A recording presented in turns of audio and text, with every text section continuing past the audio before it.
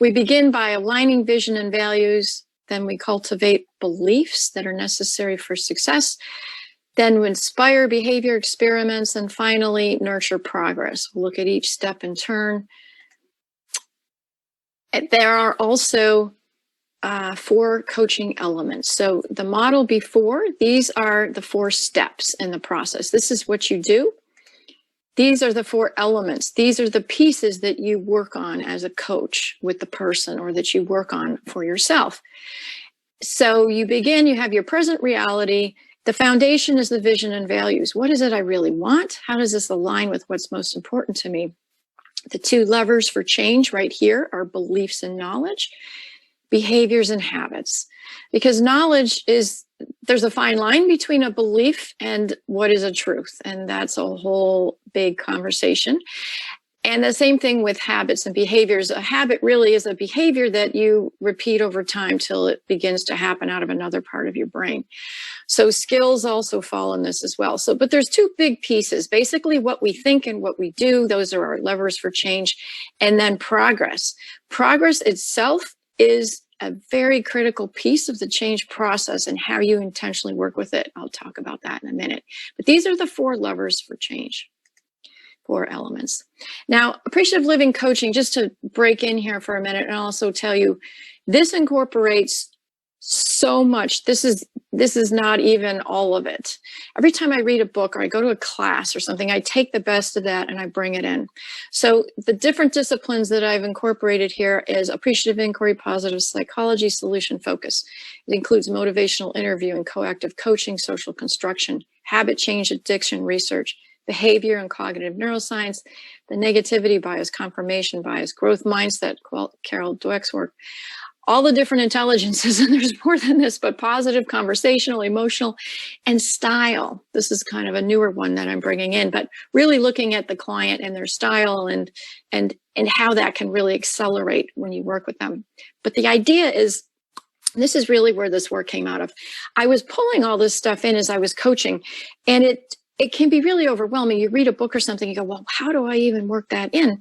And so with my engineering background, I figured that out. And that's why I feel this approach is so powerful, is it kind of takes the best of all this stuff out there and allows you to work with a client in a way that brings it in a very logical, structured manner. So going back to the model then, we begin with the appreciative mindset. And I want to share this curtain metaphor with all of you. Some of you have seen this. This may be new for some of you. And the idea here is, if you think about your life experience as a movie that's playing on a screen, in every moment there are good things that are happening, your joys and strengths and successes. And in every moment there are bad things, fears, weaknesses, failures. You know, right now there are good things happening around you. You may be enjoying the seminar, or it may be a nice day. There's also bad things. There's dirt in the corners of the room. Maybe you're uncomfortable. Whatever you choose to look for, you're going to find.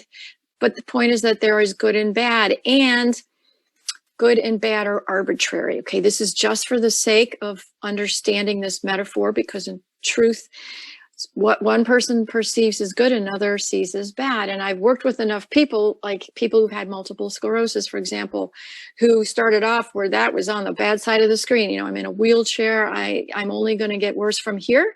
And after doing this work over a period of 4 weeks with the learning circles that some of you know about, they shifted to the other side. They actually got to see that having MS was a good thing. It brought lots of wonderful things into their life. And so this whole good and bad is arbitrary, but just for the sake of discussion, the point is that there are these sort of 2 sides, and it's really different for every one of us. Each of us has different things on the good and the bad side. So continuing on with this metaphor, Rick Hansen, who wrote Hardwiring Happiness, created a concept called negativity bias. And this is the idea that our brain we are literally wired to focus more on the negative side of things. And it's for survival reasons, because we can, you know, if a tiger eats us, it's game over. So we need to be paying a whole lot more attention to danger. And the brain, in fact, scans for danger at almost the different numbers. Some suggest 5 times a second, but we're constantly looking for what could go wrong around us. And it's part of why we're wired for that way, just for survival. And it's not necessarily looking for lions now, it's looking for social exclusion, or am I going to get embarrassed, or other things that cause us to have negative experiences. Now, the opposite of this is rose-colored glasses, or having a Pollyanna view, and the idea of this is we cover up the negative side of the screen. All we look for are the good side. That's not what we're doing here with the appreciative mindset. The appreciative mindset is about pulling back the curtain on both sides so we see both. It's really about offsetting that negativity bias because we have the curtain closed over the good side. So when we look at this with coaching, then the appreciative coaching mindset, this whole thing is very unnatural and countercultural because of this negativity bias. So as a coach, you are just naturally going to show up and see the worst in your clients. And I shouldn't say see the worst, but naturally your brain's going to be wired to be looking for problems, looking for issues. Can I work with this person? Can I trust this person? Do I think this person can do it? It's just how we're wired. It's totally fine and okay. But you can intentionally shift that. And it's really important that you do for a lot of reasons that really, really will improve your effectiveness as a coach. So this mindset can be learned and developed. Now, what we're going to do is do a very quick exercise together on this appreciative mindset to help you get in that frame to work with yourself, okay? So this appreciative coaching mindset is really about looking for the best in clients or yourself and believing that you can achieve whatever you want. The second part, believing what you can achieve, and is something we focus on in the class. You know, right now you may not believe that, it's okay, but you can get to the point when you have a really solid process where you know they can really get whatever they want. So what I'd like all of you to do right now is I'm only going to give you just about a minute here. I'd like you to do an appreciative mindset exercise for your situation. And there's two parts. One is listing as many good things as you can about yourself, strengths, positive qualities, accomplishments, anything you can think of. And then the second is to list as many good things as you can about the situation. So what might you learn from it? What are you grateful for? What kind of resources are available to you? So I'd like all of you now to just take a minute, and I'm going to be quiet and let you go ahead and work on this for a second to pull back the curtain, because by definition, having a problem means you're overly focused on that negative side of the screen. So all we're going to do is balance it out here. You don't have to ignore the negative. Right now, we're just balancing it out by looking at what is on that positive side. Take a minute now, everybody. Go ahead, do that.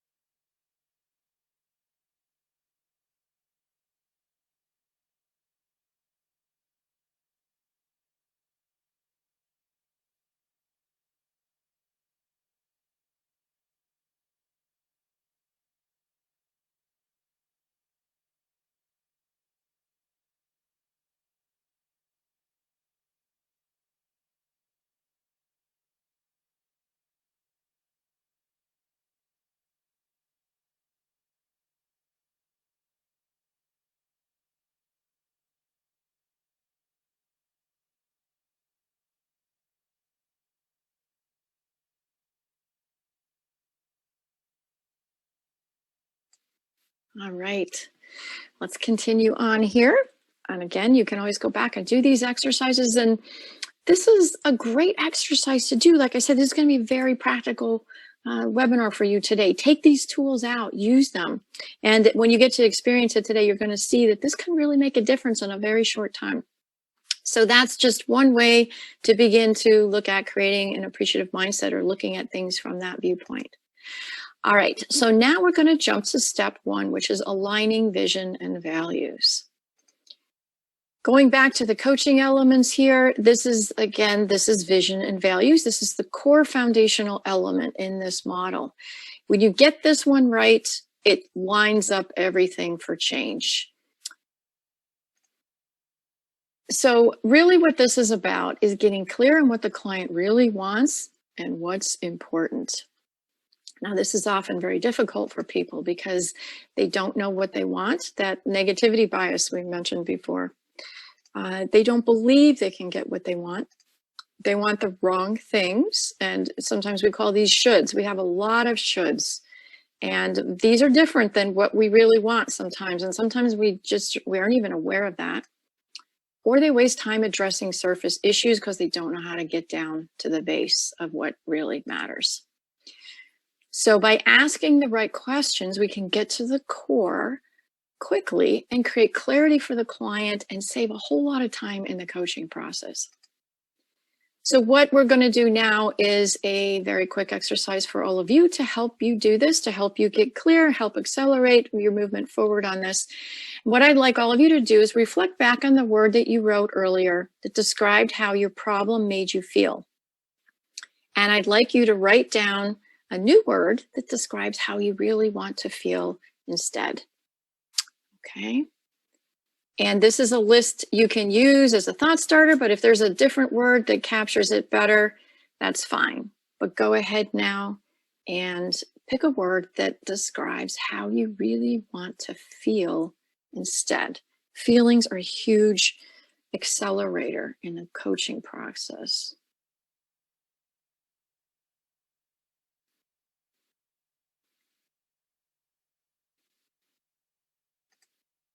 All right, and now what you're going to do is a little mini visualization exercise. So I'd like you to imagine an ideal future scenario where you feel this way instead. Now, here's a few parameters around that. Everything is the same in the future except you. Okay, other people are the same. They're doing and saying what they typically do because they're outside of your control. Everything outside you is the same. The weather, events, traffic, what's going on in the political arena, whatever's going on for you, it's the same. But what's different is you are feeling this new ideal way that you want to feel. Now, this can be tricky to do, especially if you have a lot of negativity. This can be very difficult. So don't worry if you're struggling with this, it's totally fine. But the first thing you have to do when you want to change is you got to figure out what you really want and what it looks like. That will really accelerate things. So what do you see yourself thinking or doing in this ideal future that's helping to create it? Okay, so I'm going to give all of you a minute again. And if you have any questions, feel free to either unmute or raise your hand or put something in the chat. Okay, so just take a minute, imagine an ideal future scenario where you feel this way instead. Remember, keep everything else the same. So start by the feel, and one way to do this that can be helpful is begin by getting yourself into the feeling place, whatever that is for you. Maybe it's peaceful or centered or calm. Get yourself into that feeling state. And then think about this future and pretend that magically it's going to happen. And just imagine yourself in that situation, feeling that way. And just, write down, what do you see yourself doing or thinking? What's happening? What's allowing you to create this? Okay, go ahead, everybody, do that now for a minute.